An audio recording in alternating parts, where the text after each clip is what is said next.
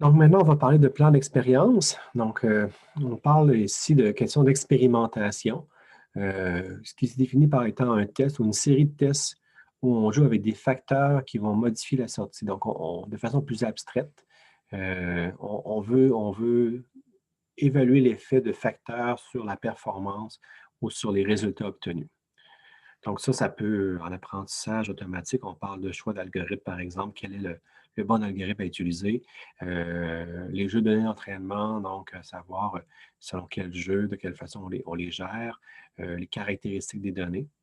Donc, tous ces effets-là, ces éléments-là peuvent avoir un effet sur la performance et donc on veut pouvoir caractériser ça puis déterminer c'est quoi la meilleure configuration ou du moins organisation ou quels sont les facteurs qui semblent être les plus influents. Donc, on veut d'abord identifier les facteurs les plus influents parce que si en général, par exemple, pour un certain algorithme, il y a des facteurs, des paramètres, des hyperparamètres qui ne semblent pas avoir beaucoup d'influence, on peut les négliger ou du moins les ajuster de façon sommaire et se concentrer sur les facteurs qui, eux, ont une influence, peuvent affecter grandement les performances. Donc, on va éliminer les facteurs les moins importants. On va déterminer la configuration des facteurs importants qui donnent les meilleurs résultats selon ce qu'on se donne comme mesure de performance, comme objectif avec notre système.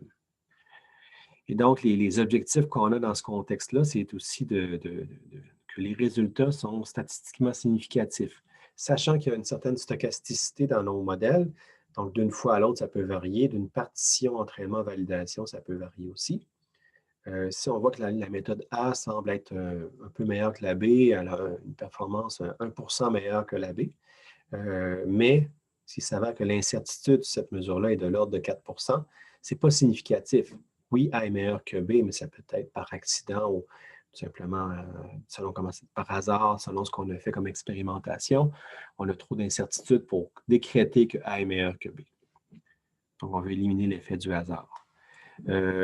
On veut donc avoir les meilleures performances possibles en généralisation. On veut guider notre apprentissage en choisissant les configurations qui nous permettent de mieux généraliser. Puis, comme je vous ai dit tout à l'heure aussi, si la complexité en temps et en espace doit être réduite, nos modèles doivent être ou pas trop complexes dans certains cas. Donc, on n'est peut-être pas prêt à payer le prix d'un entraînement de quelques jours sur des 30 cartes graphiques différentes. C'est peut-être pas possible dans certaines circonstances, ça coûte cher, c'est compliqué. Donc, d'avoir des modèles qui sont capables d'être performants, mais aussi très rapides, ou du moins assez rapides en termes d'apprentissage, ou n'exigeant pas trop de mémoire, ça a sa valeur. Un autre élément qui est important aussi, c'est la robustesse en apprentissage. S'il s'avère qu'un modèle est légèrement meilleur qu'un autre, mais qui est très sensible aux configurations utilisées, il faut faire plusieurs répétitions pour avoir une version de l'entraînement qui est bonne. C'est moins intéressant qu'un modèle qui est plus robuste, qui marche assez bien avec des valeurs d'hyperparamètres approximatives, qui performe bien d'un jeu de données à l'autre. Donc, peu importe le jeu de données, il est capable d'avoir des bonnes performances. Ça, c'est intéressant. Donc, c'est souvent, ça peut être un objectif en pratique sur l'application de l'apprentissage automatique. Donc, souvent, en statistique, on va faire une certaine modélisation d'un processus d'expérimentation. On va faire des plans d'expérimentation pour caractériser, pour étudier l'effet de facteurs qu'on dit contrôlables. Donc, les facteurs contrôlables, c'est des facteurs sur lesquels on peut faire des modifications, qu'on peut configurer à notre guise, puis on peut voir l'effet finalement sur le système, le fonctionnement d'un système qui a des entrées, qui fait un traitement sur ces entrées-là, qui donne un résultat en sortie. Et ça, ben, on veut le faire en isolant nos expériences des facteurs qu'on dit incontrôlables. Donc, des facteurs incontrôlables, parce qu'on ne peut pas les contrôler, mais on veut minimiser l'impact sur les décisions. Puis souvent, un exemple de facteur incontrôlable, c'est l'effet de la partition d'un jeu de données en jeu d'entraînement et validation. Si le jeu est relativement petit, ça se peut, on observe dans plusieurs cas que la performance peut varier grandement selon comment les données ont été distribuées entre l'entraînement et la validation avec des petits jeux de données. Donc, dans ce contexte-là, l'intérêt qu'on a, c'est de répéter, c'est de s'assurer que ce facteur-là lié au partitionnement ne soit pas décisif. On ne va pas choisir une configuration particulière d'un modèle parce que, par chance, il a été entraîné sur un bon partitionnement, entraînement, validation. On veut donc retirer ce facteur incontrôlable qu'on appelle souvent nuisance. Donc, on veut que la nuisance soit retirée de nos résultats pour pouvoir vraiment l'étudier selon les facteurs contrôlables qui sont d'intérêt. Et en apprentissage automatique, il y a 3 grandes approches expérimentales qu'on peut faire. Stratégie d'expérimentation lorsqu'on a identifié les facteurs influents. Une première approche, c'est l'approche qu'on dirait au pif, donc basée sur l'intuition de l'opérateur. Nous, en recherche, on appelle ça souvent la Graduate Student Search, là, la recherche par étudiant au cycle supérieur. L'idée, c'est que l'étudiant qui s'attaque à un certain problème dans sa recherche a une bonne intuition, comprend bien comment ça fonctionne, qui est capable de faire plusieurs expérimentations. C'est lui qui détermine les configurations à tester, dans quelle séquence on les fait. Donc ça peut quand même donner des bons résultats. Donc, un exemple, c'est-à-dire qu'on part d'une configuration ici, puis rapidement, en 3 tests, on arrive avec cette configuration-là, qui est peut-être la bonne à utiliser. Ceci dit, c'est très ad hoc. Donc, on se base vraiment sur les intuitions, les compétences de l'opérateur qui peut être erroné, qui peut se baser sur, qui peut prendre des décisions quand même près du hasard. Et donc, ça c'est pas très rigoureux. On n'a pas seulement de garantie que c'était la meilleure solution, même si, de façon pratique, ça peut être bon pour explorer des configurations. Une autre approche, c'est l'approche qu'on dit un facteur à la fois. Donc ça, l'idée ici, c'est de dire qu'on va fixer tous les facteurs sauf un qu'on va faire varier en gardant les autres fixes, puis on va faire ça en testant tous les facteurs d'une fois à l'autre. Donc, un exemple de ça, ça serait de dire, par exemple, on va fixer la valeur de F2 ici. On fixe F2, puis là, on fait varier F1. Donc, on va tester F1 avec ces 5 configurations avec valeur ici, valeur là, valeur là, valeur là, valeur là. Donc, on teste les 5 valeurs en fixant F2, puis s'il y avait eu F3, F4, on les aurait fixées aussi. Donc, on voit l'effet de la variation de F1. Puis selon ici les 5 configurations de F1 sélectionnées, on va choisir celle qui est la plus intéressante, qui pourrait être celle-là ici. On va fixer celle-là ici.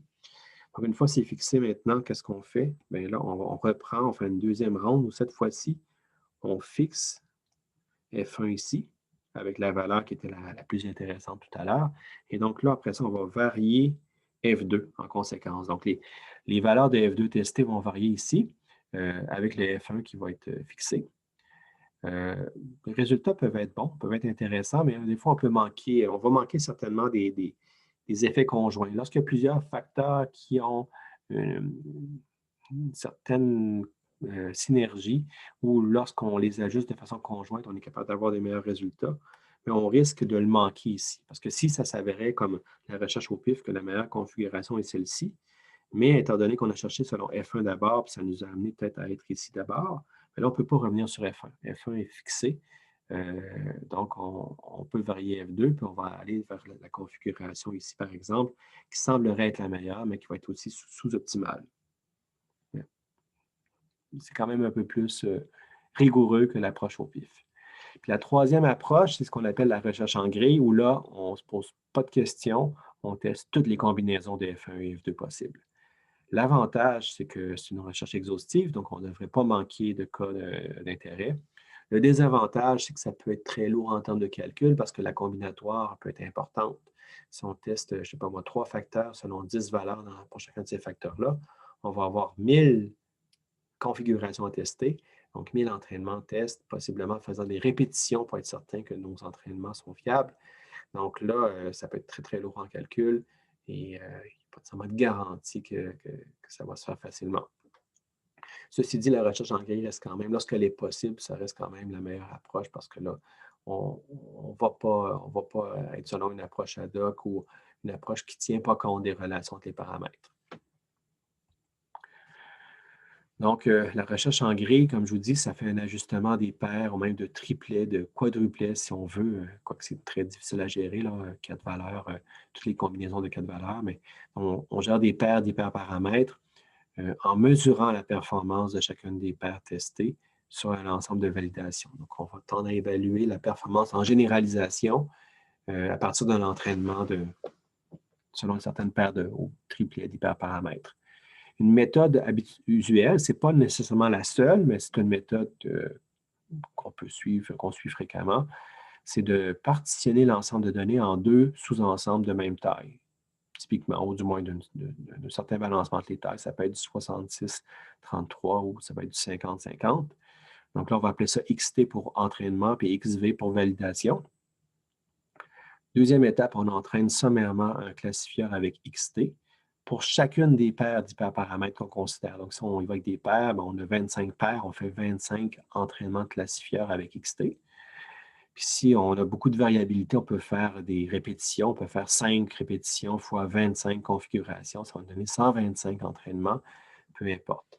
Et après ça, on va évaluer la performance de ces modèles-là sur l'ensemble de validation, puis on va sélectionner la configuration qui minimise cette erreur-là en validation. En se disant que l'erreur en validation, c'est un indicateur de la généralisation. Puis on va retourner donc comme résultat cette paire d'hyperparamètres-là.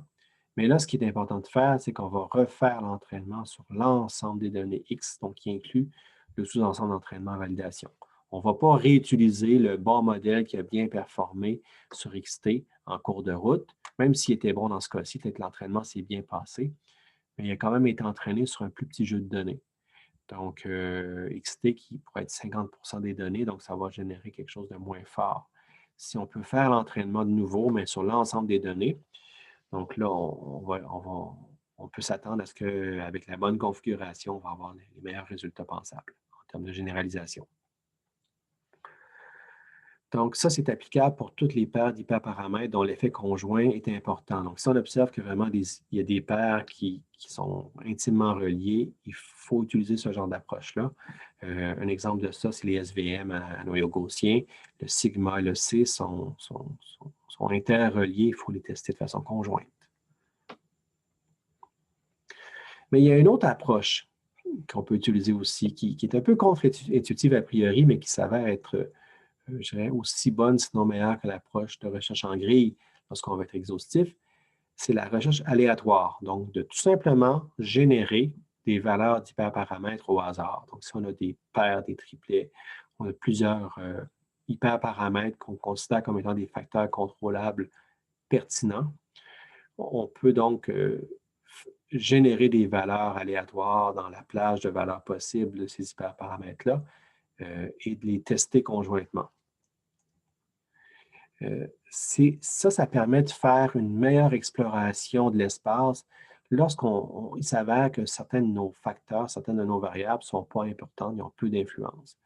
Un exemple ici, c'est de dire, à gauche, on fait une recherche en grille. Donc, ce qu'on a ici, on fait une recherche en grille, puis on dit, on a deux facteurs. On a le premier ici en X, on a celui-là en Y. Puis ce qu'on peut voir, ce qu'on voit autour de la boîte, c'est qu'on a trois valeurs pour chacun des facteurs. Donc, on a pour le premier, on a ici, ici, ici, on a 3 valeurs. Puis de même, pour le deuxième facteur, on a 3 autres valeurs. Si on regarde ensuite la performance, on le voit ici en termes de distribution, on voit qu'il y a une espèce de courbe en haut. Là. Ça, ce que ça veut dire, c'est que pour le premier paramètre, ça semble être là que ça performe le mieux. Mais vu qu'on teste seulement 3 valeurs, on va tester la valeur ici, là et là. Donc, on voit qu'il y a des petites variantes, mais c'est quand même assez léger. Mais ce qu'on peut voir aussi, c'est que pour le deuxième facteur, ce n'est pas important. On voit que la performance ici, qui est comme l'espèce de diagramme en jaune, on voit que c'est à peu près égal. Ça veut dire qu'il y a quand même assez peu d'influence. C'est sûr que ça semble être dans cette région-là que ça performe le mieux, mais un ajustement en fin ne va pas donner des gros gains comparativement à cette région-là du facteur 1 qui semble influent. Puis ça, la perte ici, c'est que vu qu'on teste toutes les combinaisons possibles, il s'avère qu'en pratique, pour F1, on teste seulement 3 valeurs. Et pour F2, deuxième, on teste aussi 3 valeurs. On fait 3 fois 3, 9 configurations. Fait qu'on n'explore pas tant que ça les performances selon les valeurs de paramètres d'intérêt. On va tester seulement 3 configurations ici, alors qu'on aurait eu intérêt à en tester plusieurs. Avec une recherche aléatoire, Ce qu'on fait, c'est qu'on tire des valeurs au hasard dans notre espace. Bon, on n'est pas aussi systématique qu'une recherche en grille, mais quand même, on a le même nombre de points testés, fait qu'on peut supposer que la densité d'échantillonnage se ressemble beaucoup.